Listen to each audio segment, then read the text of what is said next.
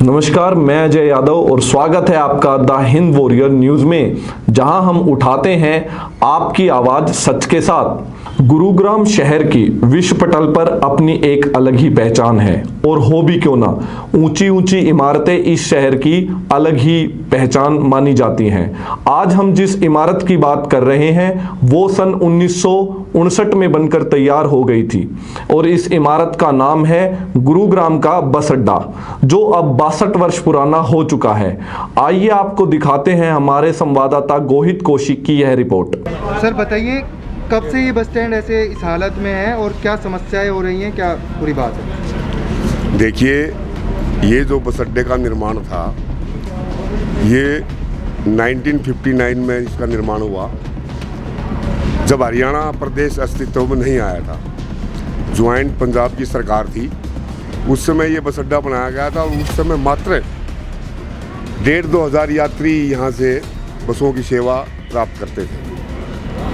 उसके बाद आज से 3 साल पहले PWD-B&R ने इस बिल्डिंग का सर्वे किया, पूरी बस स्टैंड बिल्डिंग का, और इनको इसलिए कंडम घोषित किया गया कि यहाँ बैठने के लायक जगह नहीं थी, ये बिल्डिंग कभी भी गिर सकती है। उसके बावजूद हरियाणा सरकार ने 3 साल तक इसकी कोई सुध नहीं ली, और बार बार केवल घोषणाएं हुई सरकार की तरफ से, मंत्री की तरफ से, मुख्यमंत्री की तरफ से, कि साइबर सिटी में नया बस अड्डा बनाया जाएगा। उसके लिए ज़मीन की तलाश की गई, लेकिन वो आज तक कोई ज़मीन खरीदी नहीं जा सकी। इसलिए इस सिटी के अंदर, जो कि इसको साइबर सिटी भी कहा जाता है, आज पूरे देश में ही नहीं, आज विदेशों में भी इस गुरुग्राम का नाम है। और यहाँ की जनता को ये आशा जगी थी कि पिछले दिनों इस बीजेपी की सरकार ने यहाँ पर नगर निगम के अलावा GMDA का गठन किया था, तो ये उम्मीद थी लोगों को कि शायद अब इस सिटी का विकास होगा। लेकिन बड़े दुख की बात है कि इतने सालों से, पीछे 10 साल कांग्रेस की सरकार रही, उसके बाद 7 साल आज बीजेपी की सरकार को हो चुके हैं। उसके बावजूद इतनी बड़ी सिटी को, जहाँ पर 20-22 लाख की जनसंख्या यहाँ रहती है, एक यात्रियों की सुविधा के लिए एक बस अड्डा का निर्माण नहीं करवा सके। और आज हालत ये है कि यहाँ जो हज़ारों की तादाद में यात्री अपने गंतव्य के लिए यहाँ आता है, उसको बैठने की व्यवस्था नहीं है यहाँ। इस बिल्डिंग में कभी भी कोई हादसा हो सकता है। ये आपके सामने है कि आज मजबूरी में जो यात्री है, आज बारिश का समय है, गर्मी का समय है, धूप से बचने के लिए केवल ये जो बस अड्डा के बरामदा है, यही उनके लिए शेल्टर का काम करता है। लेकिन कल ने कोई बहुत बड़े हादसे की आशंका को देखते हुए हम हरियाणा सरकार से, हरियाणा के मुख्यमंत्री से, और विशेष करके गुरुग्राम के जो जनप्रतिनिधि हैं, यहाँ के लोकल विधायक हैं सुधीर सिंगला जी से, उनसे हमारी अपील है कि वो जल्द ही इस बार गौर करें। और हरियाणा में बहुत नए बस अड्डे बन चुके हैं, केवल गुरुग्राम को इससे वंचित रखा गया है। तो यहाँ के जनता के प्रतिनिधि की ये जिम्मेवारी बनती है कि वो साइबर सिटी के अंदर एक बहुत भव्य बस स्टैंड का निर्माण करवाने की ओर कार्य करें। लेकिन हमें लगता है कि आज गुड़गांव जैसे शहर में हम ये मानते हैं कि देश के में लगभग 28-29 स्टेट हैं, और प्रत्येक स्टेट का नागरिक गुड़गांव में किसी न किसी वजह से, रोजगार की वजह से यहाँ पर अपना जीवन यापन करने के लिए आया हुआ है। उनको बसों की सुविधा चाहिए, लेकिन बसों की सुविधा के साथ साथ जहाँ यात्री यहाँ आते हैं, उनको पीने के पानी की व्यवस्था और बस अड्डे पर उनके शेल्टर की व्यवस्था करना ही सरकार का कार्य है।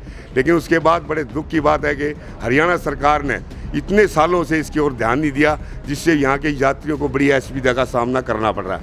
हमारी आज हरियाणा रोडवेज वर्कर यूनियन लगातार मांग कर रही है, मंत्री जी से मांग कर रही है, प्रदेश के मुख्यमंत्री से मांग कर रही है कि वो जल्द ही इस विषय में कोई गंभीर कदम उठाते हुए गुड़गांव साइबर सिटी के अंदर, जिसको IT हब भी कहा जाता है, तो एक भव्य बस अड्डे का निर्माण करें, ताकि यहाँ की जनता को, यहाँ के यात्रियों को सुविधाएं दिलवाई जा सके। जी बिल्कुल सही बात है सर। एक बार हम आपको दिखा देते हैं किस तरीके से बस अड्डे का हाल है। सरिये तक बाहर निकल गए हैं। एक तरीके से किसी भी टाइम बड़ा हादसा हो सकता है। सरकार ना जाने किस बड़े हादसे का इंतज़ार कर रही है, क्योंकि हरियाणा सरकार, लोगों का भी यही कहना है, हरियाणा सरकार है जो गुड़गांव के विधायक है, विधायक जब धरने पे बैठना होता है अपनी पार्टी के लिए तो धरने पे बैठ जाते हैं, पर जब लोगों के लिए बाहर आना होता है तो शायद वो धूप से कतराते हैं, क्योंकि हालत इतनी एक तरीके से भयावह हो चुकी है इस बस अड्डे की। आप देखिए, हज़ारों की संख्या में यह यात्री बैठे हैं। कभी भी कोई भी बड़ा हादसा हो सकता है। और बारिश का समय अभी आ रहा है, उसके बाद बारिश का समय आते ही कभी भी ये बिल्डिंग गिर सकती है। कोई भी प्रशासन की तरफ से क्या कार्रवाई करी गई है, क्या सब चीज़ें हैं, एक बार पूछते हैं। सर, कभी निरीक्षण किया गया है प्रशासन की तरफ से, कभी इसको देखने आए हों और कुछ कार्रवाई करने की बात की हो? हमारे जीएम साहब ने बोला भी है, निरीक्षण भी हुआ है, 2 साल पहले निरीक्षण हुआ था, लेकिन वो निरीक्षण के नाम पे निरीक्षण रह गया, उससे आगे कोई कार्रवाई नहीं चली। और बार बार गुड़गांव डिपो की तरफ से, all Haryana roadways worker union की तरफ से बार बार हम रिक्वेस्ट कर चुके हैं प्रशासन को। हमने मीडिया के माध्यम से भी और अपने यूनियन के माध्यम से भी हमने बार बार अपील करते हैं कि जनता की सुरक्षा को देखते हुए बस अड्डा काफ़ी टाइम से ख़राब है, बिल्डिंग गिरने को कोई हादसा हो इससे पहले सरकार सुध ले। जी बिल्कुल सही बात है, क्योंकि सरकार हादसों का इंतज़ार ज़्यादा करती है। अपने सोने के लिए, अपने मीटिंग करने के लिए रेस्ट हाउस साल भर में बना के तैयार कर देती है, पर जो जनता के लिए, जो जनता टैक्स भरती है, अपनी मेहनत की, खून पसीने की कमाई से टैक्स भरती है, उसके लिए सरकार कुछ नहीं कर पाती। आप देखिए, हालत खंडर, एक तरीके से खंडर बन चुका है। हज़ारों की तादाद में यहाँ यात्री बैठ रहे हैं, ना जाने किस हादसे का इंतज़ार फिलहाल सरकार कर रही है। एक बार प्रधान जी से बात करेंगे। सर, निरीक्षण फिलहाल इन्होंने बताया करा गया था, सुनने में आया कि 2015 में पीडब्ल्यूडी द्वारा इस बिल्डिंग को एक तरीके से खंडर घोषित कर दिया गया था, उसके बाद कोई कार्रवाई की गई? क्योंकि 4 से 5 साल अभी तक उस चीज़ को हो गए हैं, कुछ कार्रवाई। उसके बाद केवल एक दफ़ा कार्रवाई की गई कि राजी चौक जो गुड़गांव का मुख्य चौराहा है, वहाँ पर बस अड्डा बनाने की योजना थी सरकार की, लेकिन वो जगह कम पड़ने की वजह से वो कैंसिल कर दी गई। लगभग उसमें 20-25 लाख रुपए हमारे ट्रांसपोर्ट डिपार्टमेंट ने खर्च भी किए, लेकिन वो भी हमारा पैसा ज़ाया हो गया, क्योंकि नक्शा बन चुका था, उसकी 4 दीवारी हो चुकी थी। उसके बाद वहाँ से कैंसिल किया गया। उसके बाद सरकार की तरफ से घोषणा हुई कि खेड़की दौला टोल है, वहाँ पर बनाया जाएगा, वो भी कैंसिल कर दिया। उसके बाद अब नई स्कीम चली है कि द्वारका एक्सप्रेस बन रहा है गुड़गांव के अंदर, उसके आसपास कहीं बस अड्डे की ज़मीन तलाश की जा रही है। लेकिन हमें लगता है कि आज जिस तरह आप कह रहे हैं कि आज सरकार ने कोई अपनी सुविधा बनानी है मंत्रियों के लिए, अपने विधायकों के लिए, अपने सरकारी अमले के लिए, तो वो जल्दी याद देखिए, यहाँ पर पुराना रेस्ट हाउस था, उसको नया रेस्ट हाउस बना दिया गया गुड़गांव में। वहाँ किसी, आज नगर निगम को बने इतने साल हो गए गुड़गांव में, आज उसकी अपनी बिल्डिंग नहीं है, आज वो लाखों रुपए किराया दे रहा है महीने में।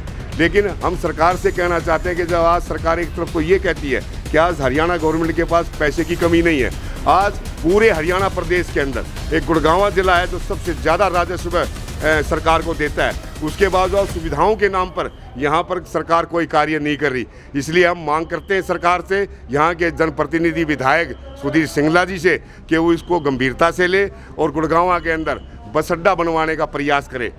ये हमारा कहना है। तो विधायक जी यहाँ एक बार भी आए हैं, कुछ निरीक्षण किया हो? क्योंकि ज़्यादा दूर नहीं है उनका निवास भी यहाँ से, ना उनका ऑफिस ज़्यादा दूर है, एक बार भी देखने आए हो? क्योंकि जनता द्वारा चुने गए हैं और जनता के पैसे से ही उनकी तनख्वाह भी जाती है, एक बार भी आए हो जरूर? वो कभी यहाँ के लिए नहीं आए। मुझे तो ऐसा लगता है कि जो वर्तमान विधायक हैं वो यहाँ कहीं भी नहीं जाते, आज उनसे मिलना भी मुश्किल है।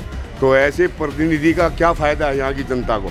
जिस जनता ने उनको वोट दे करके अपना प्रतिनिधि चुना, उसके बाद वो जनता के लिए खड़े नहीं हो रहे, तो ये बड़ी दुखद बात है। इसलिए हम आज आपके माध्यम से ये कहना चाहते हैं कि आप जनता के प्रतिनिधि हैं और यहाँ के सामूहिक जो जिम्मेवारी बनती है आपकी बस अड्डे के निर्माण के लिए, लोगों की सुविधाएं के लिए आपको काम करना चाहिए और आपने जनता के बीच में आना चाहिए, क्योंकि आज भारतीय जनता पार्टी की सरकार है और वो सत्ता पार्टी की ही के विधायक है, इसलिए उनकी जिम्मेवारी भी ज़्यादा बनती है। हम हरियाणा सरकार को सबसे ज़्यादा राजस्व देते हैं, उसके बावजूद भी विकास के नाम पर यहाँ पैसा नहीं दिया जा रहा, तो ये बड़ी विडम्बना है हमारे इस गुड़गांव जिले के लोगों के लिए। सर, देखने को मिलता है जो बसें हैं उनकी हालत भी दिन प्रतिदिन बद से बदतर होती जा रही है, तो बसों के लिए सरकार कोई सुविधा या फिर कुछ चीज़ मुहैया करा रही है? कोई बजट बनाया हो बसों के लिए? हम आपको ये कहना चाहते हैं कि 7 साल में इस सरकार ने आज तक एक भी नई बस नहीं खरीदी है। लगातार घोषणाएं की जा रही हैं और मंत्री द्वारा अभी घोषणा की कि 809 बसें रोडवेज में मंगाई जाएंगी, लेकिन उसके बावजूद हमें उम्मीद नहीं है कि नई बसें आ रही हैं। इसलिए जो पुराना हमारा बेड़ा था गाड़ियों का, वो लगातार कंडम होता जा रहा है, गाड़ी पुरानी हो रही है। इसलिए जो इंटरस्टेट हमारी गाड़ियाँ चलती थी रूट पर, आज वो गाड़ियाँ वहाँ जाने के लायक नहीं है। इसलिए गाड़ियों की भी बहुत सख्त आवश्यकता है और हम सरकार से अपील करते हैं कि वो हरियाणा रोडवेज में नई गाड़ियाँ भी खरीदें और बस अड्डों का भी सुधार करें। जी बिल्कुल सही बात है सर।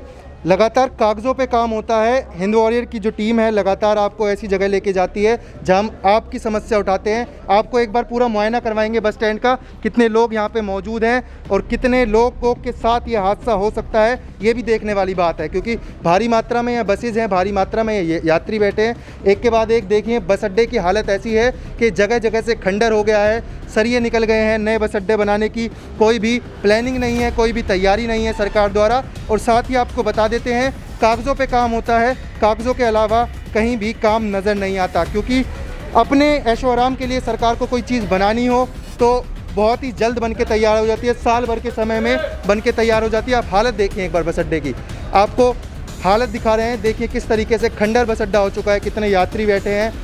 एक के बाद एक लोगों के सुविधाओं के लिए काम बिल्कुल भी नहीं होता, क्योंकि किसी भी टाइम अगर आप देख रहे हैं गुड़गांव में जब हादसा होता है, जब भी सरकार और जब भी प्रशासन उठता है सो के।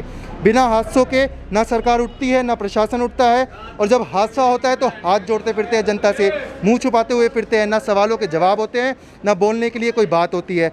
ये हाल है हरियाणा सरकार का। विधायक जी का घर यहाँ से ज़्यादा दूर नहीं है, उसके बावजूद भी ना विधायक जी कोई काम यहाँ पे कर रहे हैं, गायब नज़र आते हैं।